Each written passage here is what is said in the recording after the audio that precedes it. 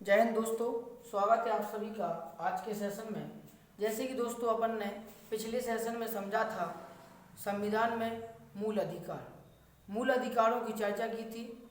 जो अपन ने मूल अधिकारों में देखे थे कि मूल अधिकार 6 हैं वर्तमान में, जिनमें से जैसे मूल अधिकारों में मूल संविधान में कितने थे दोस्तों? मूल संविधान में 7 थे, लेकिन वर्तमान में दोस्तों कितने हैं? 6 हैं। इन सब के बारे में अपन पिछले सेशन में चर्चा कर चुके हैं। तो आज के सेशन में अपन देखते हैं दोस्तों, सबसे पहला मूल अधिकार जो सभी व्यक्ति को प्राप्त है, क्या है दोस्तों? समानता या समता का अधिकार। समता या समानता का अधिकार, जिसकी में दोस्तों आर्टिकल 14 से 18 तक की चर्चा है संविधान में वर्णित भाग 3 के द्वारा। तो अपन देखते हैं कि जो 14 से 18 आर्टिकल हैं, इनमें किन किन बातों पर जोर दिया गया है और अपन को क्या क्या अधिकार इसके माध्यम से प्राप्त है। तो आर्टिकल 14 में लिखा है कि राज्य एक समान कानून बनाए तथा एक समान सभी व्यक्तियों पर लागू करवाए। मतलब दोस्तों कि किसी भी राज्य के द्वारा जाति धर्म के आधार पर कानून नहीं बनाया जाता है। राज्य के अंदर जो नियम कानून है वो राज्य बनाए, राज्य सरकार बनाए और केंद्र सरकार भी बनाए, लेकिन वह सभी व्यक्तियों पर एक समान लागू होंगे, चाहे दोस्तों वह गरीब व्यक्ति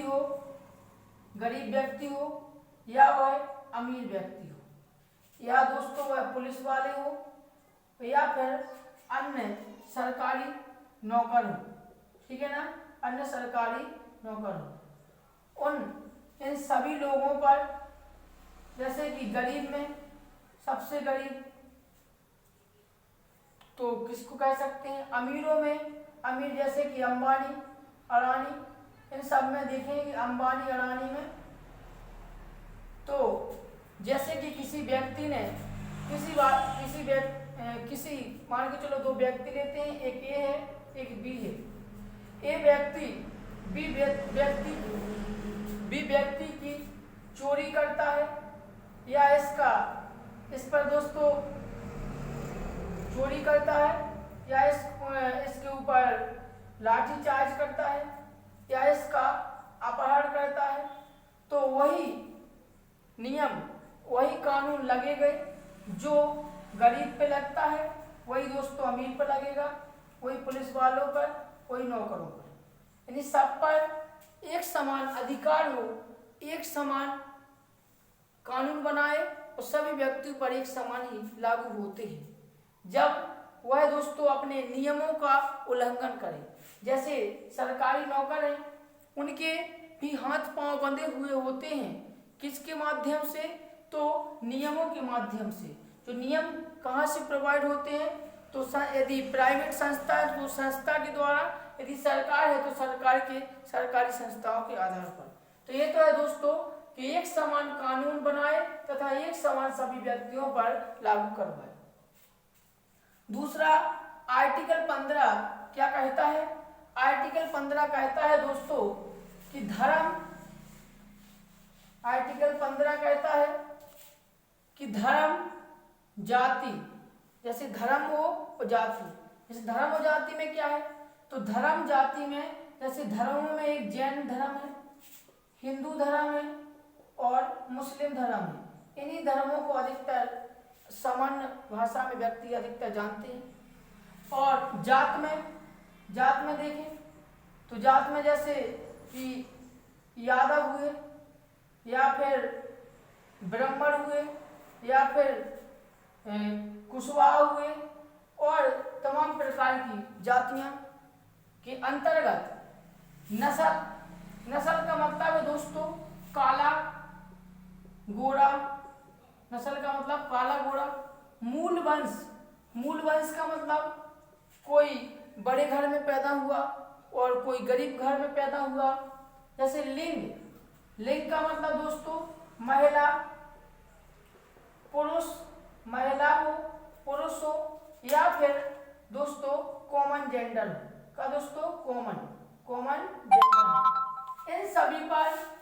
है जन्म स्थान, या क्या है दोस्तों, जन्म स्थान।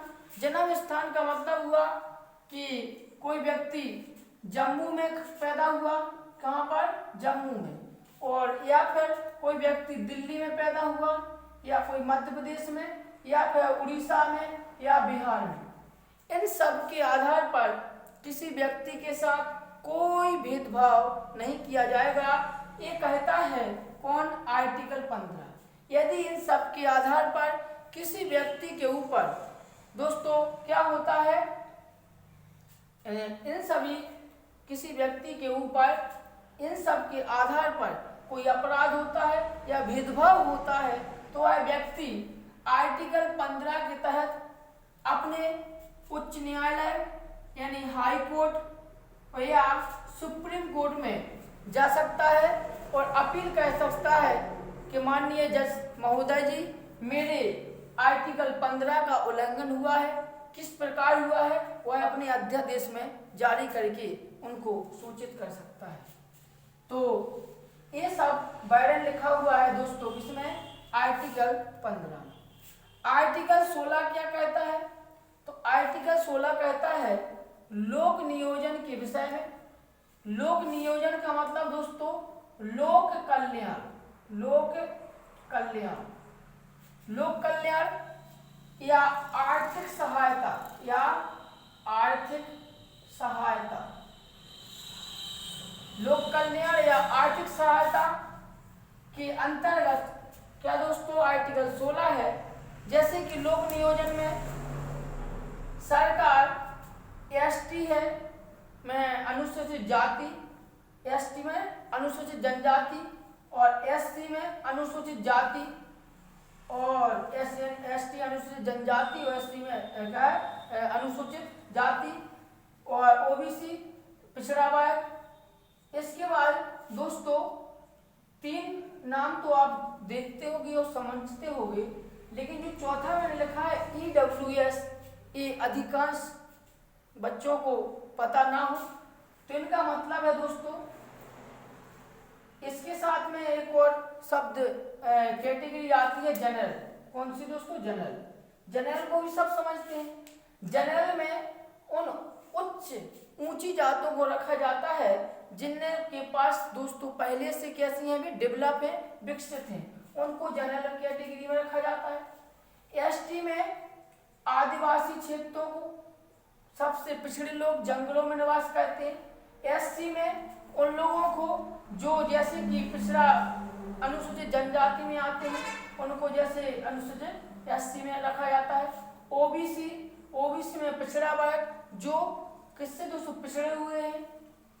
और ईडब्ल्यूएस का मतलब है कि दोस्तों चाहे वह एसटी में हो, चाहे एससी में हो, चाहे ओबीसी में हो, चाहे जनरल में हो। जैसे जनरल में जैसे हम मूल वंश के, जैसे जो ईडब्ल्यूएस कहाँ से आया, तो ईडब्ल्यूएस दोस्तों यहाँ से आया कि जैसे कि इस वाले आर्टिकल 15 में कहा गया है कि आपके जन्म के आधार पर या मूल वंश के आधार पर आपसे कोई भेदभाव नहीं किया जाएगा। मान के चलो कोई व्यक्ति ब्राह्मण परिवार में पैदा होता है और उसकी आर्थिक स्थिति क्या है दोस्तों, डेवलप नहीं है, विकसित नहीं है, तो वह ऊपर से उसको बस जनरल कैटेगरी में आया, तो पढ़ाई के क्षेत्र में, शिक्षा के क्षेत्र में, डॉक्टरी के क्षेत्र में, नौकरी के क्षेत्र में उसको तो एक ही कैटेगरी जनरल हो। तो कैसे हो, जनरल। तो उसको वह उसके घर खाने के लिए अनाज भी नहीं, लेकिन उसके मूल वंश के आधार पर उसके साथ भेदभाव हो रहा है। क्या हो रहा है, भेदभाव हो रहा है। तो इसलिए जब इसके माध्यम से सरकार से अपील की गई तो सरकार ने ईडब्ल्यूएस बनाया। ईडब्ल्यूएस संसद के द्वारा पारित हुए बिल में ईडब्ल्यूएस मतलब जो आर्थिक रूप से कमजोर है, कैसे आर्थिक रूप से कमजोर है, आर्थिक रूप से कमजोर है, वे किसी भी कैटेगरी में आ रहे हैं, कैसे हुए, किसी भी कैटेगरी में आ रहे हैं, उनको भी आरक्षण का प्रावधान दिया जाए। तो आपने समझा लोक कल्याण। लोक कल्याण का मतलब हुआ आर्थिक नियोजन, लोक नियोजन का मतलब हुआ कि जिसके माध्यम से लोगों को सहायता दी जाए। क्या दी जाए, सहायता दी जाए। सहायता में किस प्रकार से, जैसे कि आरक्षण देते हैं एससी एसटी ओबीसी, जैसे कि आप आवेदन नौकरी के लिए फॉर्म भरते हो, वैकेंसी निकलती है, तो आपने देखते हो वहाँ पर एसटी की कोई फीस नहीं लगती, एससी की कोई फीस नहीं लगती है ना। जबकि ओबीसी को कम देना पड़ता है जनरल की तुलना में, जनरल को अधिक देना पड़ता है। यही दोस्तों क्या है, लोक नियोजन है। और इसके साथ साथ सहायता के द्वारा जैसे कि स्कॉलरशिप मिलती है, क्या मिलती है, स्कॉलरशिप मिलती है। जो स्कॉलरशिप में भी आप देखते हो तो ओबीसी को कम मिलती है, लेकिन एससी एसटी को इनकी तुलना में अधिक मिलती है, जनरल को नाम मात्र की मिलती है। तो ये सब का है लोक नियोजन। किसके लिए दिया गया है लोक नियोजन, तो इसके लिए दिया गया है ताकि जो पिछड़े क्षेत्र हैं एसटी एससी ओबीसी ईडब्ल्यूएस जे ओबी यानी जनरल की बराबर पहुंचे और जनरल के बराबर उनको अधिकार मिले। इसके माध्यम से इनको आज की नियोजन लोक कल्याण, जैसे कि लोक कल्याण में और सरकार के द्वारा योजनाएं चलाई जाती हैं, जैसे कि राशन बांटना। क्या है, राशन सामग्री जो वितरण की जाती है सरकार के द्वारा, किसके द्वारा, लोक कल्याण के नियोजन के माध्यम से की जाती है, ताकि लोग बाग 2 वक्त की रोटी उन्हें प्राप्त हो सके। तो ये आर्टिकल सब किसमें लिखा हुआ है दोस्तों, तो आर्टिकल 16 में इसका विवरण प्राप्त होता है। नेक्स्ट आर्टिकल में दोस्तों, नेक्स्ट आर्टिकल है अस्पृश्यता का अंत। जी अस्पृश्यता क्या है, तो अस्पृश्यता का मतलब है दोस्तों छुआछूत। क्या है दोस्तों, छुआछूत में क्या होगा कि जब पहले के समय में और आज के समय में भी छुआछूत अधिकतर लोग बाग देखने को मिलती है। जब कोई छोटी जाति से बिलोंग करता हो, वह दोस्तों विकसित नहीं है, तो लोग वो उसको दूसरी नजर से देखेंगे। उनको मंदिरों में नहीं बैठने दिया जाएगा, साथ में खाना नहीं खाने दिया जाएगा, या फिर दोस्तों अच्छे कपड़े ना पहना हो है, अच्छी तरह से बात ना कर रहा हो है, और फिर इसके साथ में तमाम प्रकार की जैसे छुआछूत हो सकता है कि, तो इन सब का आर्टिकल 17 के द्वारा सरकार अंत करती है, संसद संविधान अंत करती है। और यदि किसी व्यक्ति के साथ छुआछूत का बर्ताव होता है या उसे वह किसी संस्था के माध्यम से या फिर कहीं मंदिर में, मस्जिद में, गुरुद्वारे में कहीं पर उसको ऐसा प्रस्तुत होता है कि वह छुआछूत का दोस्तों भागी हो रहा है, तो वह सब जिसके द्वारा भी किया जाएगा वह दंडनीय अपराध है।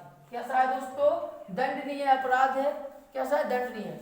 यदि उस व्यक्ति ने सरकार में या हाई कोर्ट में या सुप्रीम कोर्ट में याचिका दायर कर दी कि माननीय महोदय मेरी साथ छुआछूत का बर्ताव हो रहा है, तो उनको दोस्तों क्या है दोस्तों, दंड मिल सकता है। या संस्था हो या कोई व्यक्ति हो, किसी के साथ दोस्तों अस्पृश्यता या छुआछूत का भेदभाव व्यवहार नहीं होना चाहिए।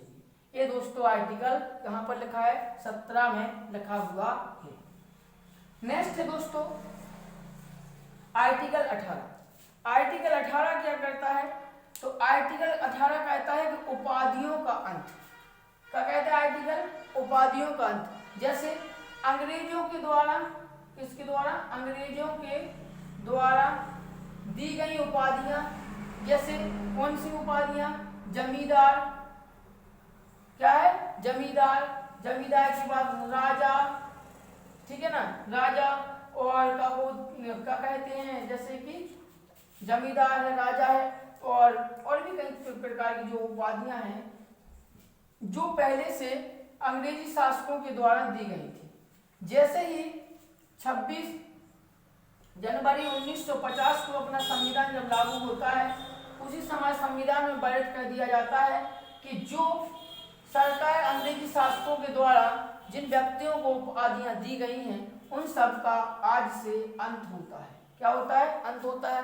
अब ना कोई जमींदार है, ना कोई राजा है, ना कोई मंत्री है, मान के चलो, माने राजा मंत्री, कौन से मंत्री, जो अंग्रेजी शासकों के द्वारा दी गई थी उपाधियों को पद, इन सब का क्या होता है, अंत होता है। लेकिन दोस्तों सेना के क्षेत्र में, कहाँ पर, सेना के क्षेत्र में जे पुरस्कार दिए जाएंगे। किसके आधार पर, तो व्यक्ति की वीरता के आधार पर। किसके आधार पर, वीरता, व्यक्ति महिला इनकी वीरता के आधार पर पुरस्कार मिलेंगे। तो ये दोस्तों क्या है, ये उपाधि नहीं है, क्या है, पुरस्कार है। जैसे पुरस्कारों में क्या है, भारत रत्न, क्या है, भारत रत्न, भारत रत्न, पद्म विभूषण, पद्म भूषण, पद्म भूषण, पद्म विभूषण, पद्म विभूषण। और जैसे कि खेल के क्षेत्र में जैसे ट्रॉफियां मिलती हैं, तो ये सब क्या दोस्तों पुरस्कार कहलाती है। क्या कहते हैं, पुरस्कार, ये कोई उपाधि नहीं है, जैसे क्या नहीं है, उपाधि नहीं है। तो ये आर्टिकल उपाधि का अंत है आर्टिकल 18 के द्वारा। जबकि सेना और खेल के क्षेत्र में जो पुरस्कार दिए जाते हैं, ये दोस्तों क्या है दोस्तों, ये सरकार के द्वारा दिए जा सकते हैं, ये कोई उपाधि नहीं है। तो दोस्तों आप सभी दोस्त समझे होंगे आर्टिकल 18, और आर्टिकल 18 के साथ में दोस्तों मूल अधिकारों में सबसे पहला अधिकार जो समानता या समता का अधिकार है। दोस्तों वीडियो को अधिक से अधिक बच्चों के पास शेयर करें, लाइक करें, सब्सक्राइब करें। जय हिंद दोस्तों, थैंक यू।